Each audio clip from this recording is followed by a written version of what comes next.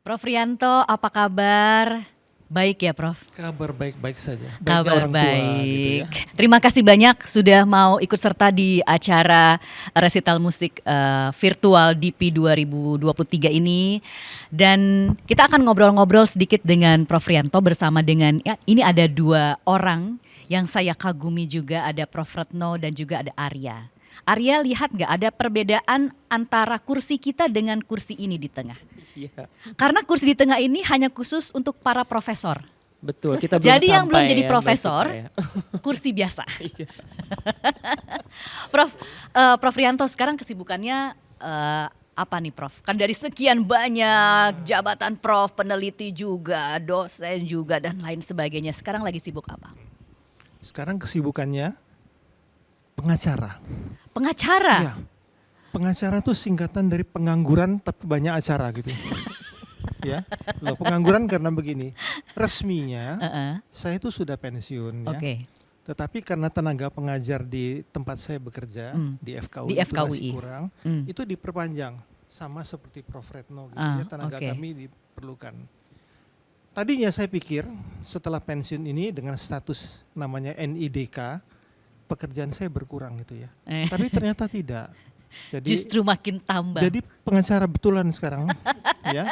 Nah, kegiatan yang sehari-hari banyak dilakukan itu adalah membantu memeriksa disertasi ya. Mengajar masih seperti biasa, S1, S2, S3. Tapi yang banyak sekali menyita waktu itu adalah pekerjaan dari Kemkes Kementerian Kesehatan dan dari Badan POM. Oke. Itu makan waktunya banyak. Oke, ini karena memang keahlian Prof di bidang farmakologi, jadi memang masih sangat dibutuhkan baik oleh FKUI dan juga Kementerian Kesehatan, BPOM, gitu Ya. kan, Prof? Jadi itu sebetulnya kalau hewan itu namanya spesies langka yang mau punah gitu ya. Ya enggak lah. Prof kan sudah punya pengalaman mengajar dan meneliti selama puluhan tahun. Murid-murid Prof juga saya yakin tuh sudah banyak sekali. Pernah nggak punya pengalaman mengajar yang tidak terlupakan, Prof? Pengalaman mengajar yang tidak terlupakan. Ada banyak ya. Hmm. Dulu Heeh. saya kalau mengajar itu nervous ya. Oke. Gugup. Jalan mundar-mandir di depan. Sampai salah seorang guru saya bilang, kamu apa nggak bisa berdiri diam ya? Nah itu jadi perhatian dari saya. Kebetulan yang ngomong itu adalah seorang guru saya, senior saya, namanya Dr. Bun Setiawan. Ya, dia kalau ngomong itu banyak sekali intisari atau nasihat yang kita bisa serap, Oke. gitu ya. Jadi itu barangkali jawaban singkatnya. Tapi kalau pengalaman ngajar banyak. Banyak sekali. Tapi ngomong-ngomong Prof Retno ini sama Prof Rianto ini satu angkatan enggak? Satu angkatan S3 ya Prof ya. Iya. Kita sama-sama ambil S3. Oh, kita ini angkatan pertama S3 FKUI. Oh, Gitu. oke. Jadi Prof Retno ini juga udah kenal banget dong sama Sudah. Prof Rianto. Cuma beliau lebih pinter, tamat S3-nya lebih dulu dari saya. Prof Retno, walaupun saya yakin gitu ya sudah cukup akrab dengan Prof Rianto dari sejak lama, tapi mungkin ada sesuatu yang ingin ditanyakan sehubungan dengan dunia penelitian yang ditekuni baik oleh Prof Retno maupun Prof Rianto. Iya, Prof Rianto ini sangat ahli dalam masalah etik penelitian. Beliau bertahun-tahun mengurusi itu. Nah, kira-kira Prof kalau menghadapi para peneliti dengan masalahnya itu, dengan masalah etik tentu, kira-kira apa ya Prof yang Prof ingin sampaikan sama peneliti-peneliti, apalagi peneliti muda gitu ya. Bagaimana sih Prof bisa mewariskan meneliti dengan penuh integritas begitu. Jadi kira-kira dari sisi etik bagaimana tuh Prof? Saya mengatakannya begini ya. Apa yang kita bisa berikan kepada anak didik kita itu sebetulnya adalah apa yang kita dapat warisan dari guru kita. Jadi tempat penelitian, tempat kita bekerja itu merupakan sarana yang penting sekali untuk membentuk karakter pengajar. Ya. Kalau dia hidup di suatu lingkungan di mana etik dilanggar, etik disepelekan, maka dia akan melakukan hal begitu pada anak didiknya. tidak ada pelajaran bagus yang bisa diturunkan, kan begitu ya. Nah, saya kebetulan beruntung. Saya dan Prof. Retno ini orang beruntung. Kenapa? Kami dibesarkan di sesuatu institusi yang baik, namanya Fakultas Kedokteran UI. Di situ kita belajar banyak sekali, terutama dari keteladanan. Saya mengatakan keteladanan yang betul-betul kasat mata. 1000 kata-kata nasihat dibandingkan dengan keteladanan beberapa jam, keteladanan yang nyata itu lebih membekas dalam hati. Nah, kebetulan di FKU itu banyak orang yang bisa dijadikan suri teladan. Kami beruntung di situ. Kemudian ketika saya mendapat kesempatan nih, kebetulan beruntung lagi dari FKUI, ketika saya belajar di luar negeri, di Jepang, saya juga belajar daripada budaya Jepang untuk membesarkan anak didiknya. Menanamkan rasa cinta pada penelitian dan bagaimana dedikasi mereka bekerja. Jadi saya hanya bisa mengatakan, saya ini sebetulnya hanya alat yang kebetulan beruntung, jatuh di tempat yang baik, kemudian bisa tumbuh, dan mudah-mudahan itu bisa diturunkan pada anak didik saya dan anak didik Prof. Retno. Gitu. Saya yakin sih banyak anak didiknya Prof yang meneladani apa yang sudah Prof lakukan.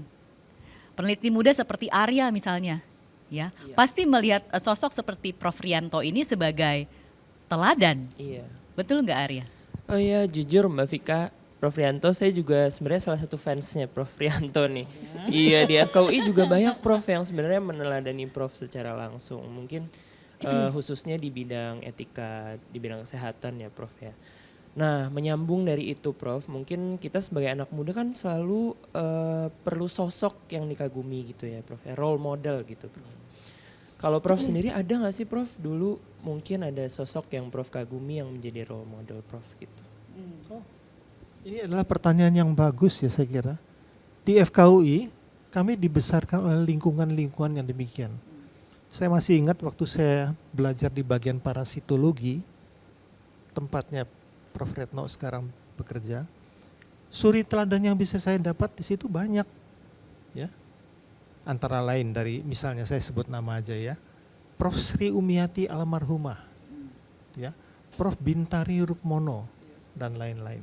Kalau di tempat saya sendiri, kebetulan ketua departemen saya itu adalah Profesor Iwan Darmansyah, seseorang yang namanya dikenal dengan baik karena pengetahuannya dalam bidang obat itu sangat handal. Tetapi salah satu tokoh yang tidak pernah saya lupakan itu adalah Dr. Bun Setiawan. Dia adalah seorang sosok yang menurut saya berkualitas seorang guru sejati. Ya, walaupun kemudian karena gangguan kesehatan beliau berhenti pensiun agak dini, tetapi keguruannya itu tetap membekas di hati saya. Iya, terima kasih Prof jawabannya. Jadi sepertinya Prof Rianto ini melihat guru itu bukan hanya dari segi keilmuannya ya Prof ya, tapi bagaimana mendidik di luar dari itu gitu ya, bagaimana mengembangkan karakter dan etika di anak didik Prof. Mungkin melanjutkan pertanyaan itu Prof, kalau menurut Prof sendiri kita sebagai peneliti dan sebagai anak muda gitu Prof, untuk memilih sosok yang kita kagumi tuh harusnya yang seperti apa sih Prof? Karena kalau di dunia saintis itu kayaknya kita agak kurang memiliki sosok seperti itu Prof. Kalau influencer banyak ya Mbak Vika ya. Tapi kalau sebagai peneliti yang bisa kita jadikan suri teladan yang tadi Prof katakan itu memang kita harus cari sendiri gitu Prof. Tapi menurut Prof seperti apa sih yang idealnya yang harus kita teladani? Saya melihat begini ya. Contoh peneliti yang lebih mantap untuk diteladani itu saya dapat dari Jepang. Ya. Di Indonesia guru-guru saya itu kerjaannya banyak, tapi terbagi 3. Terbagi 3, pertama untuk pengajaran, yang kedua untuk pengabdian masyarakat, yang ketiga adalah untuk penelitian. Di Jepang, kebetulan saya dapat kesempatan agak lama di sana, saya melihat tidak. Mereka itu fokus betul-betul dari pagi waktu buka pintu kantor sampai pulang larut malam, satu fokusnya, penelitian. disitulah kita mendapatkan apa yang disebut teladan meneliti. Seolah-olah hidupnya hanya untuk peneliti. Dan yang lebih saya kagumi lagi, salah satu mentor saya di Jepang, dia dapat kesempatan belajar di Amerika. Orang berebut bekerja di laboratorium, alatnya cuma ada segitu, jadi untuk mengatasinya, dia kerjanya terbalik. Orang lain kerja siang hari, dia kerjanya malam. Ketika semua orang sudah pulang, tidak ada yang berebut alat lagi kan. Dia baru mulai kerja, pulang pagi. Jadi seperti kalong hidupnya. Nah, itu contoh kecil saja ya, mengenai dedikasi dan kesenangan untuk riset. Gitu ya. Prof Rianto tadi beberapa kali menyebut soal perbedaan antara dunia penelitian di Indonesia dengan di luar negeri. Saya yakin Prof Retno pun mengalami hal yang sama, lama di Jerman dulu dan lain sebagainya. Nah, saya ingin tahu dunia penelitian saat ini di Indonesia setelah berpuluh-puluh tahun Prof Retno dan Prof Rianto selami gitu ya, sudah adakah perubahan yang cukup signifikan? Kok Prof Retno senyumnya langsung begitu? Prof Rianto dulu deh boleh. Habis itu Prof Retno sekalian menanyakan pertanyaan selanjutnya ya. Saya mencoba menjawab ini dengan filosofi positive thinking. Kita mesti berpikir positif. Saya harus mengatakan banyak sekali. Ya, kualitas penelitian kita sekarang ini dibandingkan dengan kualitas penelitian saya pada waktu saya baru masuk jadi peneliti di FKUI. Saya masuk di FKUI tahun 1973. Sekarang pas 50 tahunnya.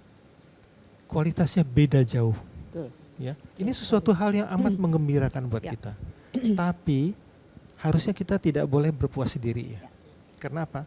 Negara-negara tetangga kita juga maju dengan kecepatan yang sama.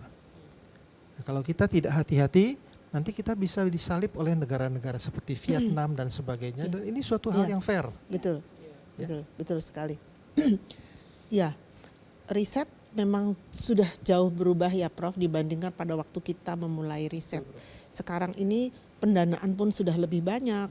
Kemudian kolaborasi internasional yang memungkinkan peningkatan kualitas riset kita juga sudah banyak. Jadi memang saya sepakat bahwa memang penelitian kita sudah banyak. Tetapi tetap saja ada satu hal yang menjadi pertanyaan kita, ya, pertanyaan kita para peneliti. Tadi kan Prof Rianto menyebutkan Dr. Boon. Ya, Dr. Boon itu adalah orang yang mampu menghilirisasikan, menerjemahkan hasil riset menjadi sesuatu produk yang bisa dipakai oleh orang banyak.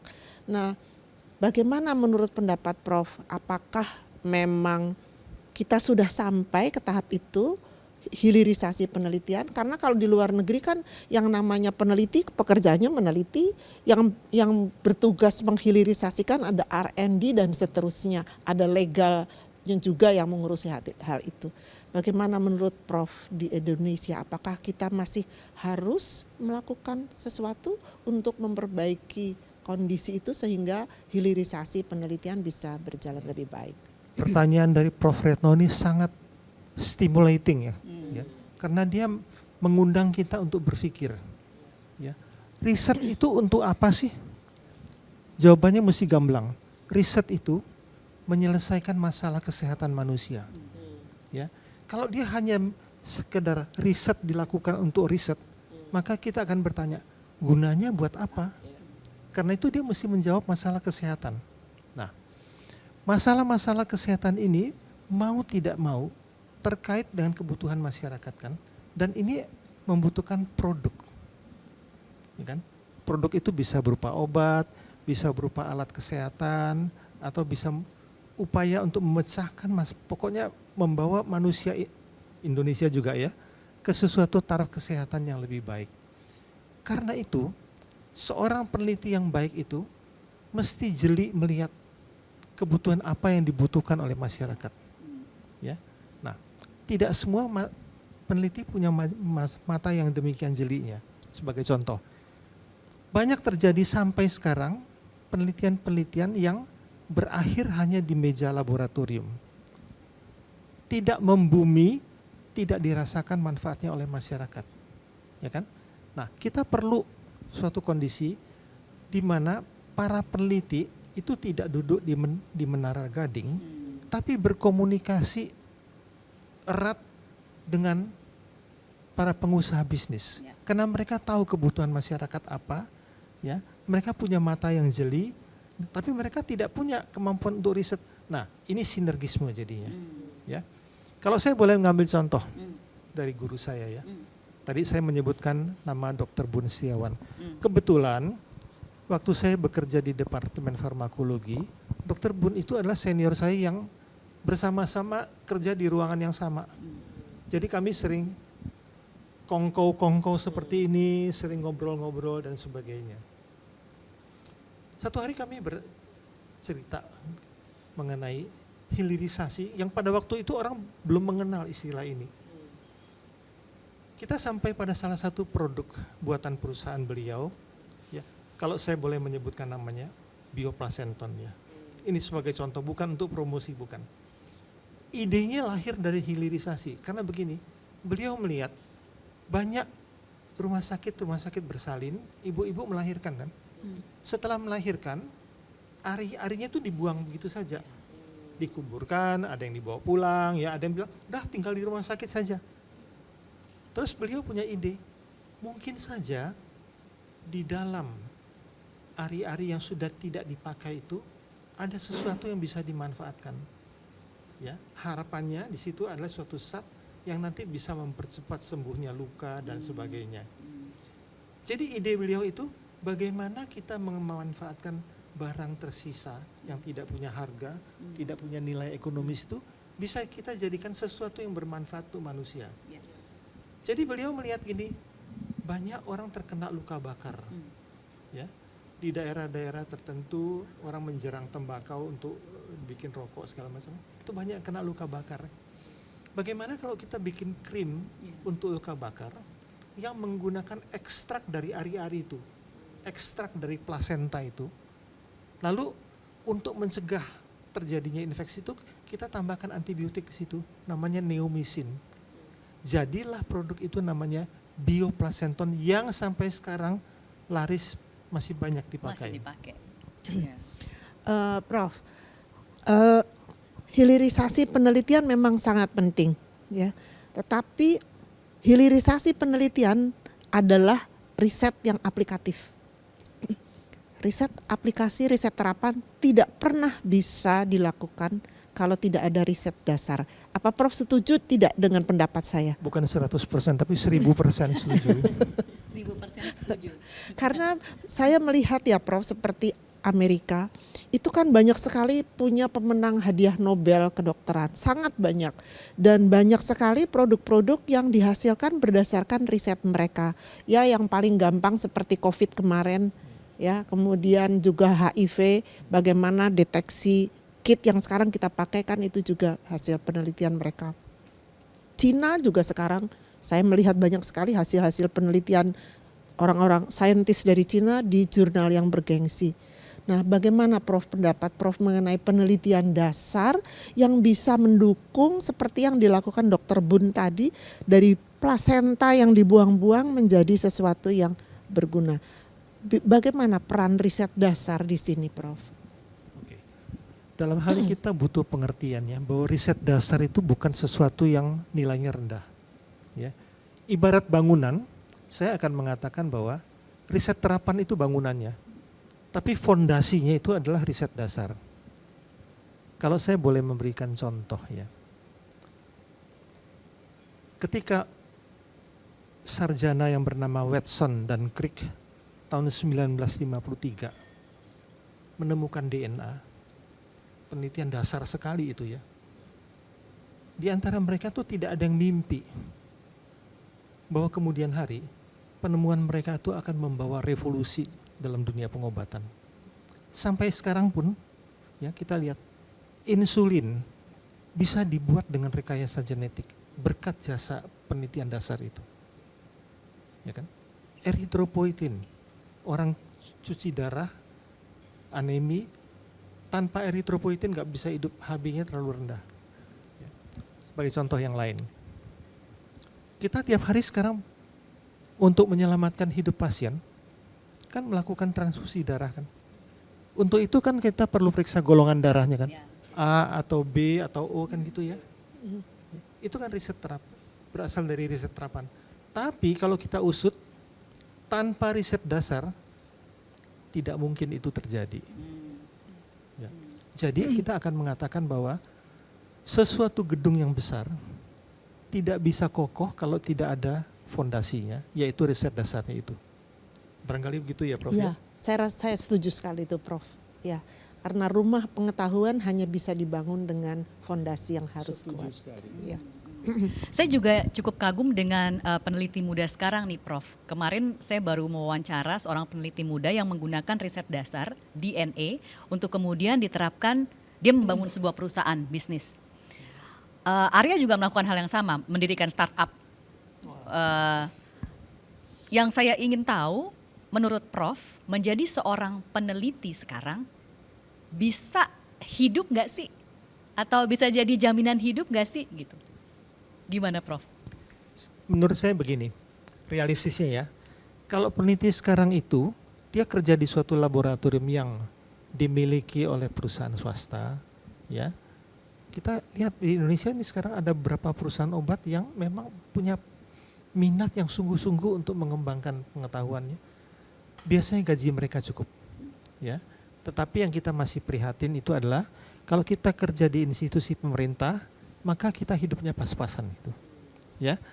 Nah, sebagai contoh, ketika saya mau menyelesaikan penelitian S3 saya mesti menyeker sendiri, cari dana kanan dan kiri dan sebagainya. Kebetulan pada waktu itu saya belum dapat tunjangan transport dari pemerintah. Sekarang sudah lebih baik ya, dari waktu ke waktu membaik. Sehingga pada waktu itu, ketika saya mendapat undangan untuk belajar di Jepang, nggak ada ongkosnya. Ya, karena itu saya mengumpulkan setiap honor ketika saya pribadi diundang untuk berbicara di event ilmiah, itu saya tidak pakai untuk dibelanjakan, tapi saya kumpulkan masuk celengan.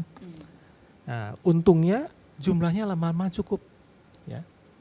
Tapi ketika saya sampai di Jepang, saya tidak punya uang untuk membayar hotel, karena tempat di mana saya bekerja itu pimpinannya bilang, "Yuk boleh kerja di sini menggunakan fasilitas di sini, tapi kami nggak punya biaya untuk membayar hotel atau membayar penginapan."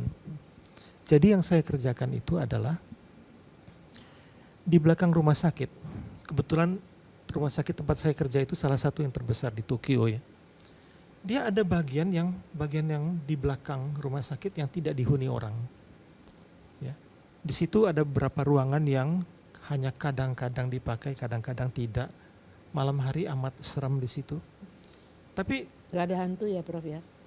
kelihatannya ada hantunya, tapi melihat saya mungkin hantunya takut gitu ya. Jadi dia bilang gini, "You mau nggak tinggal di sana itu? Ya, you mandi nanti tidak punya WC ya. You mesti cebur sama orang-orang Jepang yang mandi di tempat terbuka namanya ofuro." Ya. Saya bilang saya mau. Syaratnya cuma satu, saya jangan disuruh bayar gitu. Nah, dia bilang boleh. Masuklah ke situ, ya. Malam hari tidak ada listrik kecuali di kamar saya. Jadi saya terpaksa bawa spot segala macam, hidup di situ dan tidak ada tempat tidur. Jadi selama beberapa bulan saya tidur di sofa dengan kaki dilipat karena sofanya pendek gitu. Nah, halangan begini yang nanti apa ya, seolah-olah semacam ujian gitu ya. Orang ini niatnya teguh apa tidak gitu. Kalau tidak teguh dia udah nyerah. Kali ini aja, lain kali saya nggak mau balik lagi gitu ya. Jadi syukur anak-anak Indonesia yang dapat kesempatan di sana, saya akan mengatakan tidak memalukan gitu ya. Performance-nya bagus itu. Arya, ada lagi yang mau ditanyakan ke Prof Rianto? Iya, mungkin Prof Rianto kan tadi juga udah cerita ya Prof banyak tentang mungkin tantangan ya Prof ya sebagai peneliti, tapi Prof tetap keep going strong gitu after 50 years now ya. Pertanyaan saya mungkin apa sih Prof, kepuasan apa Prof yang didapatkan dari seorang peneliti sampai Prof itu begitu passionate gitu Prof menjadi seorang peneliti? Mungkin bisa di-share ke anak-anak muda juga Prof biar. Ada sukanya, ada dukanya. Ya. Sukanya itu adalah ketika kita sudah berupaya mati-matian ya. Dan pada suatu hari kita sampai mencapai target tujuan kita, kemudian itu bisa hasil data-datanya itu bisa diolah, dipublikasikan, maka kita akan mendapatkan semacam kepuasan yang tidak pernah akan bisa dirasakan oleh mereka yang tidak pernah jadi saintis. Ya, pada waktu bukan karena jasa saya, tapi karena bimbingan mentor saya yang bagus, ya, orang Jepang yang ternama. Pada suatu hari dinyatakan diterima di salah satu jurnal yang terbaik, katakanlah itu kelas dunia gitu ya. Saya sampai duduk semalaman nangis. Mungkin orang semacam Prof. Retno bisa merasakan apa yang saya katakan. Iya. Ya. Iya, betul. Itulah. Betul, memang kepuasan peneliti beda ya Prof. Beda. Ya. Kita memang saya selalu mengatakan pada diri saya sendiri bahwa uang itu memang diperlukan untuk hidup kita, tapi itu bukan segala-galanya. Ya. Ketika kita menyelesaikan penelitian kita, diterima di jurnal internasional, dibicarakan dalam forum ilmiah, itu adalah gitu. Ada lagi yang mau disampaikan Prof. Retno kepada Prof. Rianto? Arya juga ada lagi, karena waktu kita terbatas. Sebenarnya saya ingin pembicaraan ini berlangsung 3 hari 3 malam. Karena 50 tahun pengalaman Prof. Rianto itu nggak bisa cuman beberapa jam aja Tidak gitu fair ya. kan, nggak fair. Iya. Prof. Retno silahkan Iya, setelah itu Arya. ini kadang-kadang kita capek juga kan ya Prof ya, jenuh juga kan, apalagi kalau kita mentargetkan penelitian kita mesti jalannya A, ternyata kok nggak sampai-sampai gitu, perlu kerja lagi sampai berhasil, kan jenuh juga. Kira-kira bagaimana tuh Prof mengatasi kejenuhan itu? Kalau saya main musik nih, nyanyi sendiri di kamar mandi, kalau Prof bagaimana? Ini yang saya mengatakan bahwa hidup kita tidak boleh terlalu monoton ya. Selalu perlu kita seling, ya. Kita kerja terus, kita nggak istirahat, kita capek sendiri. Kalau saya dulu pada waktu sudah kira-kira 15 tahun yang saya punya hobi melukis. Oh, Ya. Melukisnya kadang-kadang sampai tengah malam, ya. Kenapa? Karena senang, ya. Nah, belakangan ini sudah beranjak usia yang menjelang senja ini, saya senang lagu keroncong, ya. Karena itu di FKUI RSCM tempat saya bekerja itu ada satu grup keroncong di mana kami latihan sebulan 1 kali. Ya. Satu lagi adalah saya kebetulan dari kecil punya hobi naik gunung. Saya pencinta alam. Dulu ikut Mapala, Prof. Saya nggak ikut UI. Mapala, tapi ikut grup pendaki gunung yang ada di FKUI tempat saya sekolah dulu. Nah, sekarang sesudah lulus, sudah lama, sudah usia lanjut ini, ternyata hobi itu tidak lekang. Sampai sekarang saya sudah lebih dari 10 kali berkunjung ke daerah-daerah terpencil di Papua. oh, Ya, kami datang ke sana untuk kerja sosial, ya, memberikan pengobatan gratis dan sebagainya. Tidak tinggal di hotel yang bagus, tapi hidup di rumah rakyat jelata. Merasakan betapa sulitnya mereka hidup, merasakan makanan yang mereka makan sehari-hari itu seperti apa, sulitnya mendapat air dan seterusnya, supaya kami tahu begitulah cara hidup ini. Jadi kami menikmati itu. iya, itu luar biasa ya Prof ya. Saya kenal Prof Rahayu, istrinya Prof Rianto. Itu bagaimana? Ini kok pergi-pergi melulu gitu? Atau malah mendukung? Bagaimana Prof? Ternyata dia juga sama, tukang layap juga. Jadi memang udah jodoh, cocok, cucok kalau kata anak sekarang. Jadi keluarga memang sangat mendukung ya Prof ya, apa yang Prof lakukan selama ini. Ya. Ya, anak saya khawatir juga, Pak. Mainnya jangan jauh-jauh seperti itu. Tapi udah, nggak apa-apa lah. Kan perginya nggak sendiri ya. Dan itu menimbulkan rasa cinta pada tanah air. Iya, betul. Ya mungkin sebagai pertanyaan penutup ya Mbak Vika ya, mungkin minta dari Prof Rianto dan juga mungkin dari Prof Retno juga. Prof Rianto aja. Prof Rianto dan Prof Retno juga nanti ya Prof. Kita sebagai anak muda itu suka perlu nasihat Prof. Dan saya sendiri secara personal tuh suka kalau diwejangi Prof. Mungkin Prof Rianto dan Prof Retno punya pesan-pesan untuk anak muda supaya kita tetap semangat dalam mengembangkan ilmu pengetahuan dan penelitian gitu Prof. Silakan Prof. Oke, saya melihatnya begini ya. Kalau anak-anak muda ya seperti Saudara Ari ini ya punya minat meneliti, ini bagus sekali mestinya ya. Kalau saya mengatakan anak-anak muda yang begini ini aset ya. Karena apa? Betul. Kalau diarahkannya benar, itu lain kali mereka nanti dengan risetnya itu menciptakan obat baru, alat kesehatan baru, sistem pengobatan yang baru dan sebagainya. Saya tanya, yang untung siapa? Umat Yang manusia. untung adalah terutama rakyat kita kan. Iya, betul. Dan tidak hanya sampai di situ kan, ilmu itu kan universal. Ya, kalau dampaknya bagus, orang luar negeri juga mengatakan Indonesia turut berjasa, dan kita tidak boleh lupa Indonesia itu part of the world. Yap. Jadi kita nggak boleh mengatakan udah kita beli aja, kan kita punya duit kan kita beli aja, enggak. Kita mesti bisa Ya. bikin sendiri, Betul. tidak tergantung dari orang Ya. lain, tidak tergantung dari impor. Syukur-syukur pada satu saat kita bisa mengekspor, syukur-syukur pada satu saat kita bisa membantu orang lain. Sekarang ada perang, ya. Pada waktu perang itu jatuh korban ini, korban itu. Alangkah baiknya kalau misalnya produk kita atau obat yang kita buat bisa disumbangkan. Itu artinya Indonesia itu betul-betul bagian dari dunia. Ya, betul. Betul. Prof Retno ada juga wejangan untuk Wejangan anak-anak ya. muda. Tadi Arya bilang dia suka diwejangi. Kalau saya apa ya? Saya hanya ingin mengatakan fokus melakukan sesuatu. Jangan bergeser.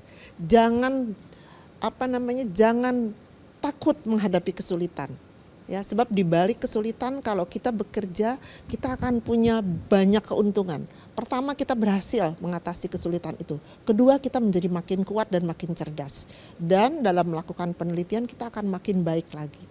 Ya, makin baik seperti kata Prof Rianto tadi, tidak hanya bermanfaat untuk orang Indonesia tapi juga bagi humanity. Itu. Oke. Saya mau tepuk tangan. Iya, tepuk tangannya kita ya. Iya. Ini wejangan yang luar biasa. Luar biasa. Bisa diterapkan tidak hanya kepada anak-anak muda yang jadi peneliti seperti Arya, tapi juga anak-anak muda yang lain di berbagai sektor. Iya. Terima kasih banyak Prof Rianto sudah menyempatkan waktunya banyak juga untuk diberi ngobrol-ngobrol. Terima kesempatan. kasih Prof Terima kasih, berbagi dengan kami. Terima kasih Prof Rianto. Prof Retno juga terima Iya, kasih. Prof Retno terima kasih. Arya juga terima kasih. Kita Mbak habis Vika ini terima kasih juga. sama-sama Prof. Habis ini kita juga pengen lihat Prof Retno nyanyi. Iya. Jadi kita sudahi dulu talk show ini, kita Baik. nikmati Prof Retno bernyanyi. Terima kasih banyak sekali lagi Prof Rianto, sukses buat Prof ya, dan kasih. mudah-mudahan kita bisa ketemu lagi di lain kesempatan. Iya, semoga.